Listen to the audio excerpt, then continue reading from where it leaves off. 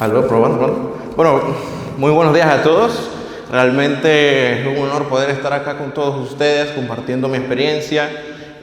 Como ya ha mencionado Chicha, vengo de Panamá y la verdad es que estoy muy contento de poder compartir con todos ustedes esta primera edición de la UNOM y poder compartir un poquito de mi experiencia acerca de una investigación que empezó a principios de año, digamos en un suceso dentro del día a día de un analista SOC.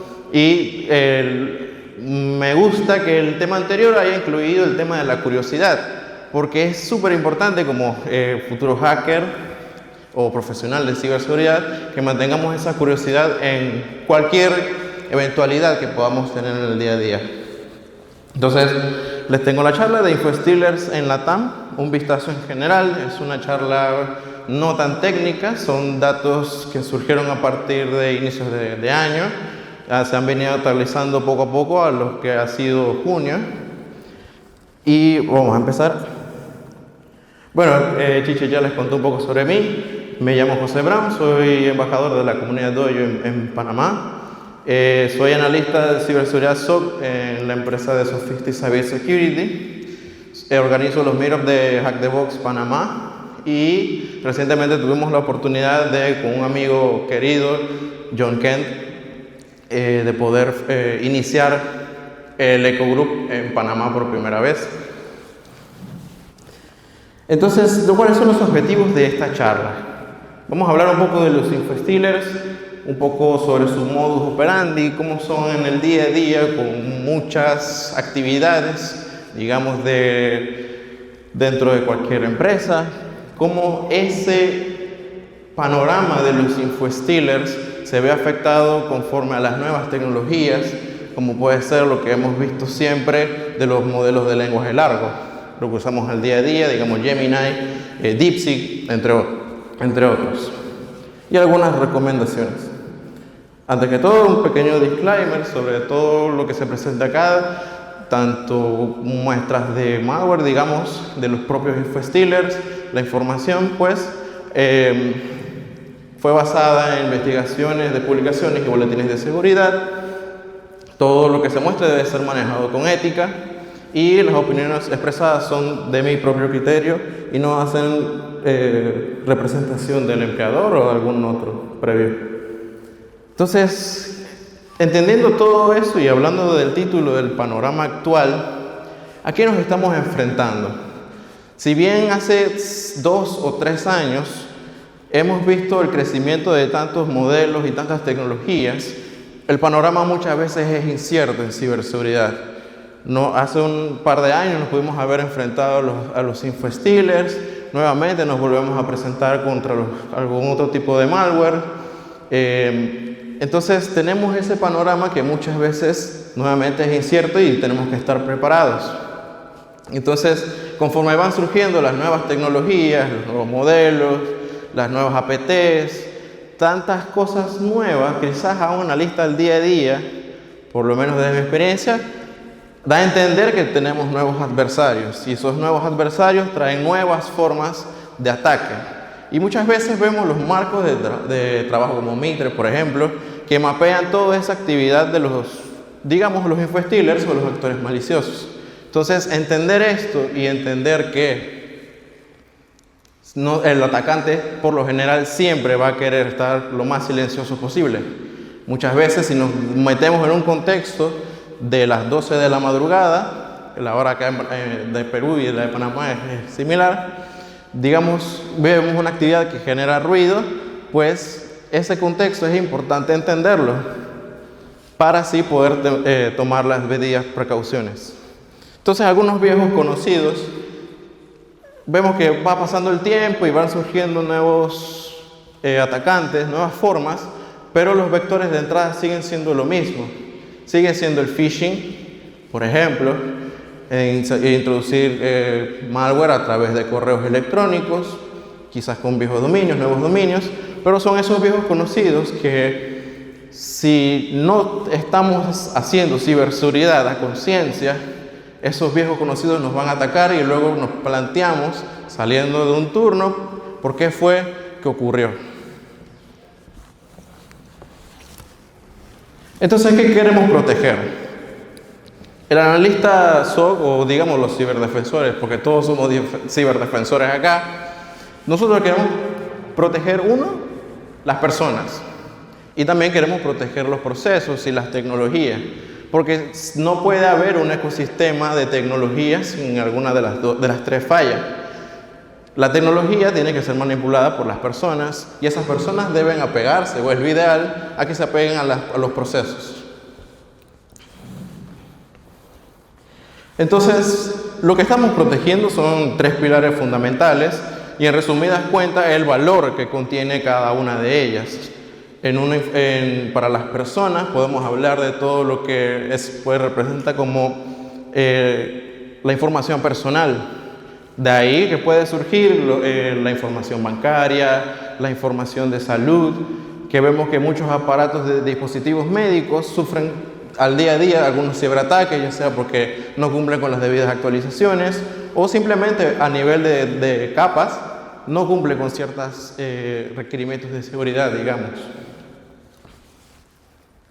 Entonces, basado en la fuente de Forbes, vemos que un 75% de un total de 3.2 billones de datos, este fue una cifra que extraje hace como por junio y empezó por febrero, y el día de ayer investigando, ya no son 3.2, son 3.9.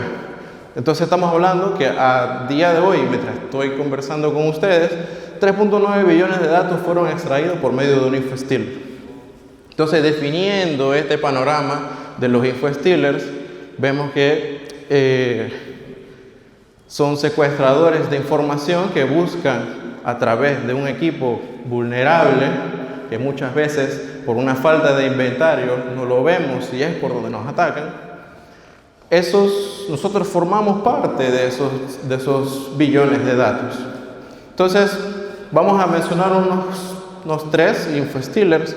Voy a enfocar esta charla a lo que es Luma, pero ahí vemos Luma, Vidal y Redline.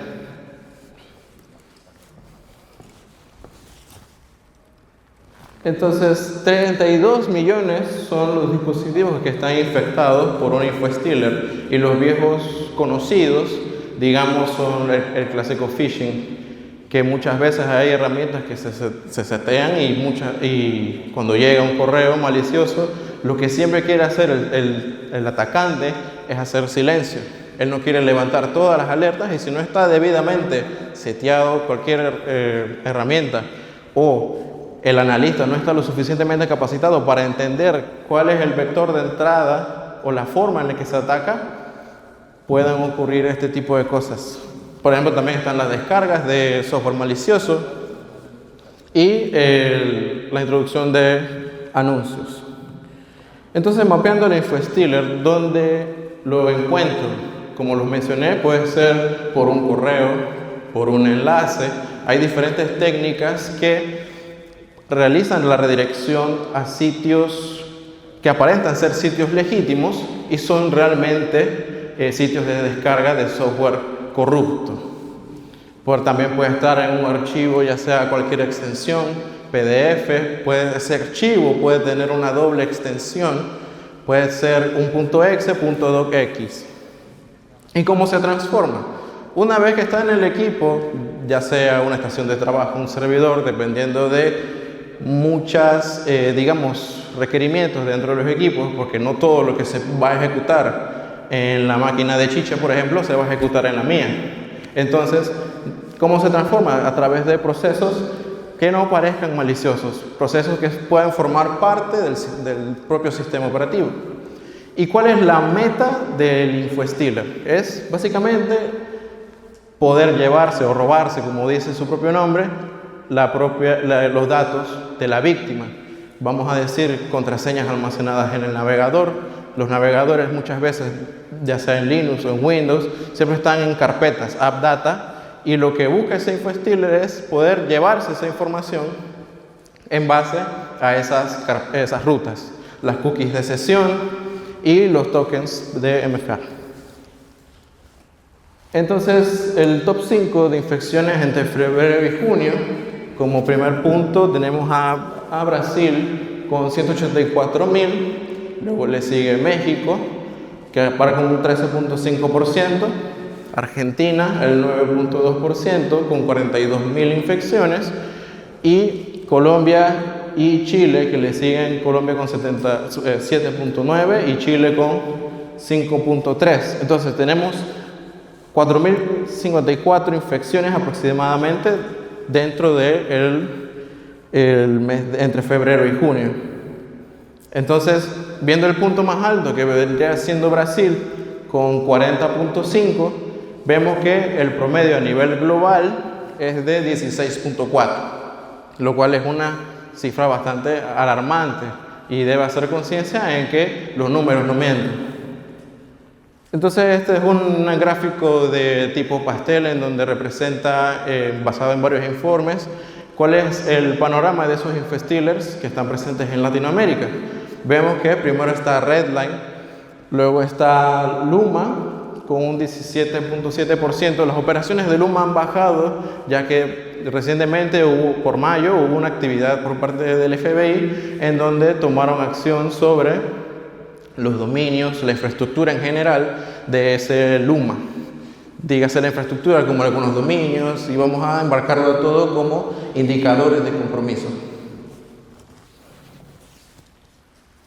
Entonces, definiendo un poquito al famoso Luma C2, vamos a decirlo que sigue un estilo de malware como servicio, en donde por un costo aproximadamente de $200, como se mencionó antes, esta información que se puede encontrar en la dark web. Entonces, ese costo puede variar dependiendo del modelo de negocio que tenga cualquier infostealer, no solamente Luma. Y muchos grupos de ciberatacantes como Storm 1607, 1113, 1674 siguen esa herramienta de Luma que busca llevarse todos esos datos que ya vimos anteriormente, las carpetas del navegador, las cookies, entre otras. Entonces, esto fue el golpe más reciente a toda la infraestructura de Luma, que consistió en poder, digamos, por medio de diversas organizaciones, poder tomar actos sobre toda esa infraestructura, ya sean los dominios, y muchas veces va relacionado con si en un SOC nos basamos en indicadores antiguos que pudimos haber visto en incidentes anteriores. Esos indicadores se tienen que estar actualizando constantemente.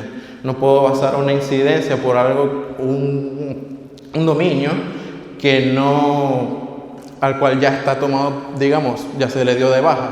Si yo baso una investigación con un indicador de compromiso que no está realmente activo, pues va a generar un sesgo dentro de la investigación.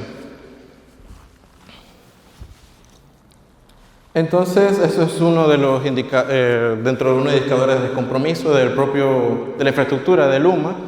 Si bien nos basamos en las herramientas y en todo lo que vemos en el día a día, digamos un ajetreo de cualquier analista, y vemos un indicador de compromiso como ese dominio de peanut.gallery, en todas las herramientas puede aparecer como que no es malicioso. Asociamos el color verde, digamos, de seguridad con que todo está bien, pero realmente, si asumimos ese resultado de la herramienta, podemos equivocarnos. ¿Y a qué lleva esas equivocaciones? A pérdidas económicas. Y esas pérdidas económicas también pueden ver afectado a la integridad de todas las personas dentro de una organización. Entonces, ¿es lo que realmente vemos o hay más? Siempre hay que validar.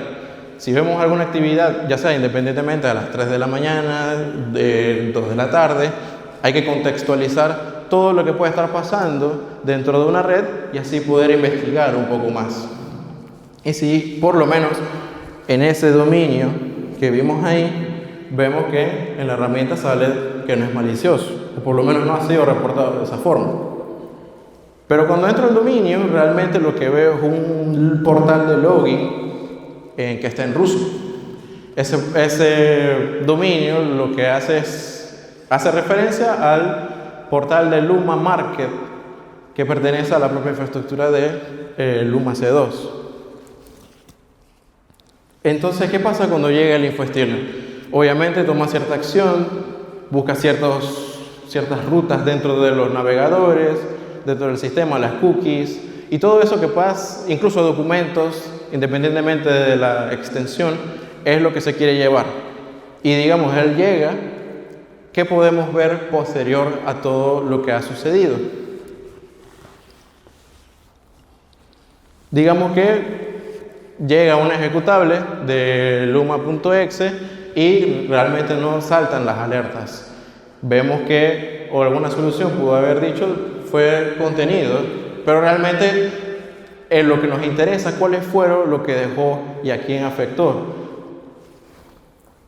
Entonces parece inofensivo, pero probablemente no sea algo malo, porque son las 5 de la tarde y quiero salir rápido, quiero tomar una cerveza y vamos a pasar esa incidencia. Entonces, sorpresa, no era algo malo. Otro indicador de compromiso que podemos relacionar a la propia infraestructura es este dominio que aparece de corner duck.top, pero ese dominio cuando uno accede ya no existe o no se pueden realizar ciertas conexiones a ese dominio. ¿Cómo podemos proceder con algo que no podemos realmente ver? Entonces, más allá de los IOC, dentro de toda esa fase que puede tener el InfoStealer, desde que llega a la computadora y realiza ciertos temas de bypass, de defensas, no voy a profundizar en eso, quizás el atacante ya está por el tema de la exfiltración, y esa exfiltración puede llegar incluso por medio de Discord, por ejemplo, o sitios como Pastebin, en donde de cierta forma se extrae información obtenida.